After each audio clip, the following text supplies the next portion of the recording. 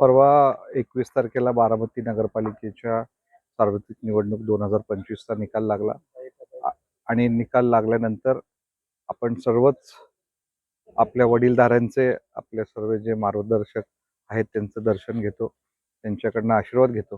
त्या अनुषंगाने काल आदरणीय राज्याचे उपमुख्यमंत्री आदरणीय अजितदादा पवार हे पुण्यामध्ये होते आणि मी तिथं जाऊन त्यांचंही दर्शन घेतलं, त्यांचं पुढील 5 वर्षासाठी मार्गदर्शन घेतलं. तसेच खासदार सौ सुनेत्रा वहिनी पवार ह्या सुद्धा पुण्यात होत्या, त्यांचंही त्या ठिकाणी भेट घेतली. मला कालच संध्याकाळी बातमी कळली की आदरणीय पवारसाहेब बारामतीमध्ये येत आहेत. तर त्या अनुषंगाने आज सकाळी मी पवारसाहेबांची सहकुटुंब भेट घेतली.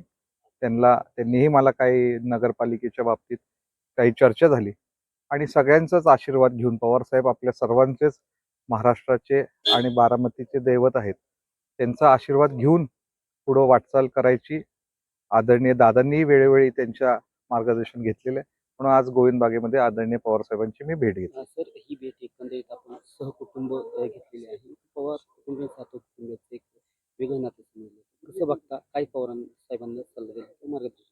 नाही, गेले तुम्ही माहीत असेल की आदरणीय पवारसाहेबांनी ज्यापासून त्यांची राजकीय कार्यकाळाची जो त्यांनी प्रवास सुरू केला त्यावेळेसपासून माझे आजोबा असतील कैलासवासी धोंडीबाबाजी सातव, त्यांनी त्यांची खंबीरपणे साथ दिली, त्यांना मार्गदर्शन केलं.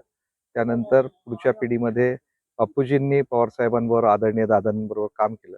त्यानंतर माझ्या आई सौ जयश्री सदाशिव सातव यांनीही नगरपालिकेमध्ये नगराध्यक्ष म्हणून काम केलं आणि आता मला राष्ट्रवादी काँग्रेस पार्टी अजितदादा गट यांनी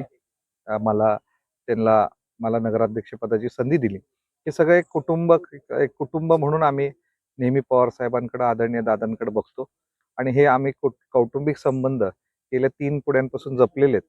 म्हणून आज आदरणीय पवार साहेबांची या ठिकाणी येऊन गाठ घेतली, त्यांचा आशीर्वाद घेतला.